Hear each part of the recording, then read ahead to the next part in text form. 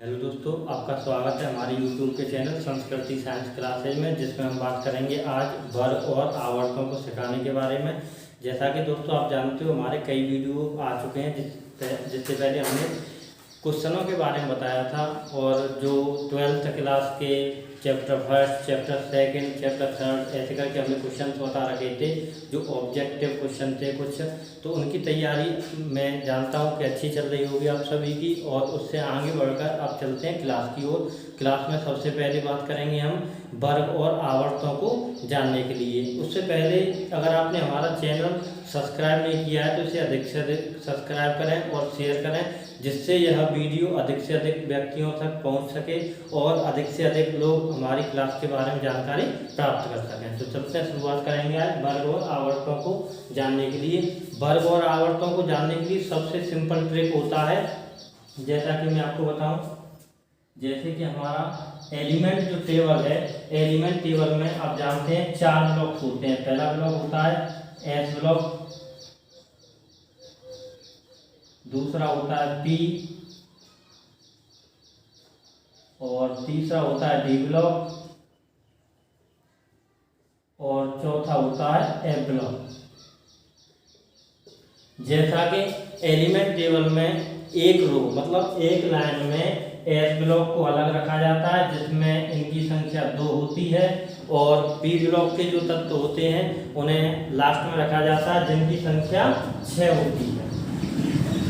इसके बाद एक डी ब्लॉक होता है। डी ब्लॉक में आपको पता है कि संक्रमण तत्व रखे जाते हैं, और संक्रमण तत्वों की संख्या एलिमेंट टेबल में 10 होती है। और उसके बाद आती है एफ ब्लॉक की बारी। देखो, एफ ब्लॉक जो होता है उसे एलिमेंट टेबल में नीचे अलग से स्थान दिया गया है।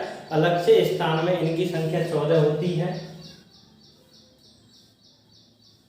ये हुई जानकारी आपकी ब्लॉक्स के बारे में। ब्लॉक्स के बाद चलते हैं, अगर हमें किसी भी तत्व की जैसे स्थिति की विवेचना करनी है या उसके बारे में बताना है, तो उसे बताने के लिए सिंपली हमें तत्वों के बारे में जानकारी होनी चाहिए। जैसे कि एलिमेंट टेबल में सबसे पहले दे रखा होता है जो आवर्त होते हैं। आवर्तों को सबसे पहले दर्शाया जाता है संख्या 1, 2, 3, 4, 5, 6, 7 ऐसे करके। और इनके बाद जो वर्ग होते हैं, वर्गों की संख्या होती है कुल 9, और उपवर्गों की संख्या होती है इसमें 18, जिन्हें हम क्रम अनुसार क्रम समझते हैं। जैसे कि अगर हमारे पास सबसे पहले कोई तत्व रखने के लिए होता है तो उसमें एस में 1 इलेक्ट्रॉन रखते हैं। जैसे कि एस में 1 इलेक्ट्रॉन है, उसके लिए आता है हमारा फर्स्ट ए। एस में अगर 1 इलेक्ट्रॉन होगा तो उसके लिए कितना आएगा? फर्स्ट ए आएगा। अगर एस में ही हमारे पास 2 इलेक्ट्रॉन मौजूद हैं तो उसके लिए आएगा हमारे लिए सेकेंड ए। अब इसके बाद बात करते हैं हम, हमारे पास पी ब्लॉक है, तो पी ब्लॉक की जब बात करेंगे तो पी ब्लॉक में सबसे पहले हम देखेंगे कि हमारे पास इलेक्ट्रॉन की संख्या अगर पी ब्लॉक में 1 है, उस कंडीशन में हमारा आएगा थर्ड ए। और पी में संख्या 2 है, उसके लिए आएगा फोर्थ ए। अगर पी में ऐसे क्रम बाय क्रम बढ़ते जाते हैं, जैसे कि पी में आपका 3 इलेक्ट्रॉन है, उसके लिए आएगा फिफ्थ ए। पी में 4 इलेक्ट्रॉन के लिए आएगा आपका 6 ए, और पी में 5 इलेक्ट्रॉन के लिए आएगा आपका 7th ए, और पी में 6 इलेक्ट्रॉन के लिए आएगा आपका 0। अब इसके बाद बात करेंगे हम जो डी ब्लॉक्स होते हैं। तीसरा नंबर है हमारी जो सारणी होती है उसमें डी ब्लॉक के लिए। तो डी ब्लॉक में पहला जो इलेक्ट्रॉन होता है उसके लिए आता है आपका थर्ड बी, दूसरे के लिए आता है फोर्थ बी, तीसरे इलेक्ट्रॉन के लिए फिफ्थ बी, चौथे इलेक्ट्रॉन के लिए आता है 6 बी, पांचवें इलेक्ट्रॉन के लिए आता है 7th बी, और छठवें, 7वें, 8वें इलेक्ट्रॉन के लिए सभी में कॉमन होता है आपका 8th ए बी सी, और जो अंतिम दो इलेक्ट्रॉन होते हैं 9वां और 10वां, डी में 9वां इलेक्ट्रॉन और डी में 10वां इलेक्ट्रॉन, ये होता है फर्स्ट वी के लिए और ये होता है सेकंड वी के लिए। अब पुनः एक बार रिपीट करते हैं। जैसे कि आपको पता है हमारी आवर्त सारणी में 7 आवर्त मौजूद हैं। 7 आवर्तों में कुल वर्गों की जो संख्या होती है वो वर्गों की संख्या होती है आपकी 9, और उसमें 2 सेक्शन होते हैं जिसे हम ए और बी में बांटते हैं। जैसे कि आप देख पा रहे हो, ए वाला ये वाला है और बी वाला लाइन ये वाला मौजूद है। इसके बाद इनके उपवर्ग 18 के कुल क्रम में चलते हुए इनके इलेक्ट्रॉनों की संख्या से हम आवर्त सारणी में कोई भी तत्व ज्ञात कर सकते हैं। जैसे कि हमारे पास मान के चलो सोडियम है। सोडियम कौन से नंबर पे होता है आपका? 11वां नंबर इसका परमाणु क्रमांक होता है।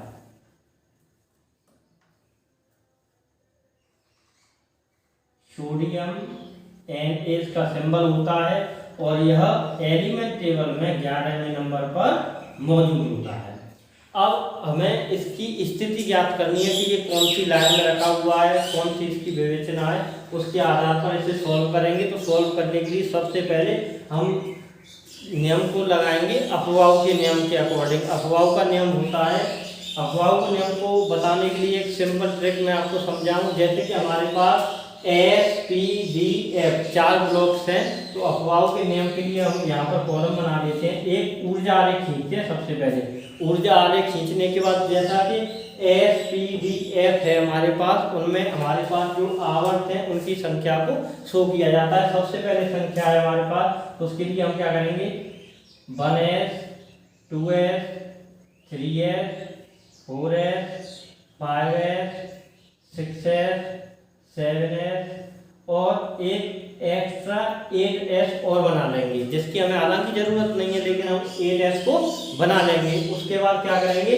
यहाँ से एक लाइन को कम किया जाएगा और यहाँ से कम किया जाएगा। इनके बाद हम इन्हें आगे बढ़ाते चले जाएंगे। तो यहाँ पर देखो दूसरी लाइन है हमारी पी ब्लॉक्स के लिए। तो जब पी ब्लॉक्स के लिए बताना है तो हम दूसरी लाइन यहाँ से एक अंक छोड़ने के बाद शुरू करेंगे। जैसे कि 2p हुआ आपका, 3p हुआ, 4p हुआ, उसके बाद 5p हुआ, 6p हुआ और 7p हुआ। 7p के बाद अब चलते हैं डी ब्लॉक की ओर। डी ब्लॉक के लिए क्या करेंगे? जैसा कि हमने पहले दोनों साइडों से क्या किया था, एक एक कम किया था, उसी प्रकार से आगे वाली लाइनों के लिए भी एक एक संख्या को कम करते जाएंगे। तो यहाँ बात होगी 3p की। 3p के बाद 3d आएगा, 4d आएगा, 5d आएगा और 6d आएगा। ये हुआ। अब इसके बाद और अंतिम हमारे पास क्या रह गया? एफ ब्लॉक रह गया। तो एफ ब्लॉक के लिए क्या करेंगे? दोनों से ही कम करते आएंगे। तो यहाँ पर क्या हुआ? 4f लिख लेंगे और यहाँ पर 5f लिख लेंगे।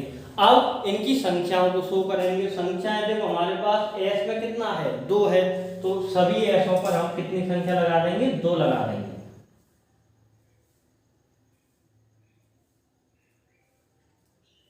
दो संख्या लगाने के बाद अब बारी आती है पी की। पी में कितना है? 6 है। तो सभी जो पी है हमारे पास उन पर कितना संख्या लगा देंगे? 6 लगा देंगे। सभी पी पर 6 मौजूद हो गया। अब इसके बाद बात आती है डी वाले ब्लॉक की। डी में हमारे पास संख्या 10 है, तो 10 लगाएंगे सभी पर।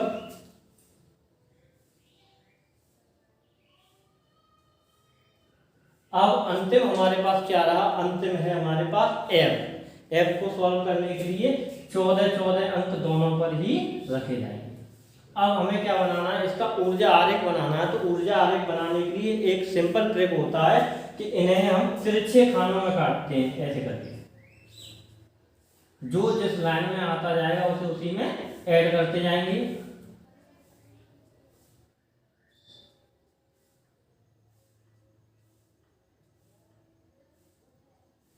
देखो केवल आवर्त सारणी में 7 आवर्त होते हैं, लेकिन हमने यहाँ पर 8वां बनाया था। तो क्या करेंगे? हमें इसकी आवश्यकता नहीं है, तो इस लाइन को यहाँ से हटा दिया जाएगा। अब केवल 7 आवर्त में, तो हम 7 तक ही इसे बनाएंगे। तो 7 तक हमारा बन चुका है।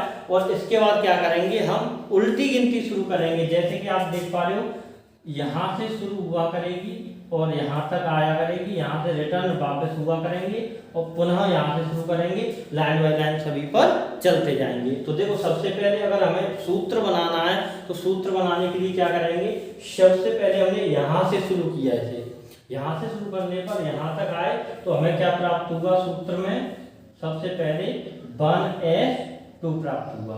उसके बाद पुनः वापस जाएंगे, पुनः वापस जाने पर हमें क्या प्राप्त होगा, दूसरी लाइन में 2s प्राप्त होगा, 2s प्राप्त हुआ। अब इसके बाद हम पुनः यहाँ पर आए और यहाँ से वापस गए, वापस जाने पर हमें क्या मिला, 2p मिला, 2p के बाद हमें क्या मिला, 3s मिला, 3s के बाद हम पुनः वापस गए, पुनः वापस जाने पर हमें क्या मिला, 3p6 मिला, उसके बाद 4s2 मिला, 4s2 के बाद पुनः वापस आए और पुनः वापस आने पर हमें क्या मिला, 3d10 मिला, 4p6, 5s2, 4d10, 5p6, 6s2,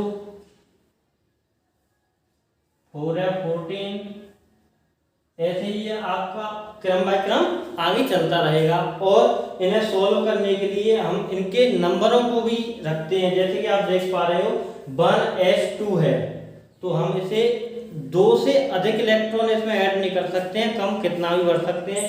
जैसे कि यहाँ पर आ रहा है आपका 2p6, तो जब भी इसकी बारी आएगी 2p1, 2p2 ऐसे करके 6 तक भरा जा सकता है, उससे कम इलेक्ट्रॉन भरे जा सकते हैं, लेकिन इन संख्याओं से ज्यादा किसी में भी इलेक्ट्रॉन नहीं भरा जा सकता है। अब पुनः वापस चलते हैं हम Na की ओर, जो हमारा Na था सोडियम था, सोडियम से आगे जब हम सॉल्व करेंगे तो हमें क्या, अफवाह के नियम की जरूरत होगी। यह नियम ध्यान रखना सभी मित्र, यह अफवाह का नियम होता है। अफवाह के नियम के हिसाब से ही हम इसे सॉल्व करते हैं। तो हम पुनः वापस अपने टॉपिक पर आए, जो हमारा सोडियम है, सोडियम के लिए हम सॉल्व करेंगे तो हमें सबसे पहले क्या करना है, सॉल्व करने के लिए Na है हमारे पास जो 11वें नंबर पर है, तो उसे सॉल्व करने के लिए नियम से चलेंगे। तो हमारा पहला इलेक्ट्रॉन है 1s2, दूसरा इलेक्ट्रॉन है हमारे पास 2s2, उसके बाद तीसरा इलेक्ट्रॉन है हमारे पास 2p6, उसके बाद चौथा इलेक्ट्रॉन है हमारे पास 3s2, बट हमें 3s2 की आवश्यकता है नहीं। क्यों? क्योंकि हम संख्या को गिन सकते हैं, 6 और 2 8 और 2 10, और 10 के बाद हमें केवल एक इलेक्ट्रॉन की आवश्यकता है, तो यहाँ पर कितना लिखेंगे, केवल 1 लिखेंगे। अब इनकी अलग अलग स्थिति देखेंगे। देखो जैसा कि आप देख पा रहे हो यहाँ पर कितने इलेक्ट्रॉन मौजूद हैं, केवल 2। यह पहला जो लाइन है, पहला रो है, उसमें 2 इलेक्ट्रॉन हमारे पास मौजूद हैं, ये दूसरी लाइन का है और ये भी दूसरी लाइन का है, तो इन दोनों के इलेक्ट्रॉनों को हम जोड़ लेंगे, जैसा कि 6 और 2 8, और तीसरा अंतिम लाइन है हमारे पास 3s1, इसमें इलेक्ट्रॉन की संख्या है केवल 1। अब आती है वर्ग और आवर्तों को ज्ञात करने की बारी। तो देखो वर्ग है हमारा, यहाँ पर लास्ट वाला जो नंबर होता है केवल उसी में से हम वर्ग और आवर्तों को देखते हैं। तो वर्गों और आवर्तों को देखने के लिए हमारे पास केवल क्या बचा लास्ट में, 3s1। 3s1 में देखो s में अगर एक इलेक्ट्रॉन मौजूद है तो उसके लिए क्या आता है, फर्स्ट a आता है। तो यहाँ क्या करेंगे, वर्ग जो है फर्स्ट a हुआ। उसके बाद आती है आवर्त की बारी। आवर्त जो हमारा नंबर है वो 3 है, लास्ट वाला। यहाँ पर ये वाला जो हमारे पास नंबर है वो कितना है, 3 है। तो इसमें हम आवर्त का क्या करेंगे, आवर्त बराबर 3। तो इसके बाद हम सॉल्व करेंगे। तो सॉल्व करने के लिए क्या होगा कि ये जो टॉपिक है आवर्त 3 और वर्ग, तो इसकी विवेचना करेंगे हम। तो विवेचना करने पर कंडीशन प्राप्त होगी कि अलग अलग जो तत्व होते हैं, जैसे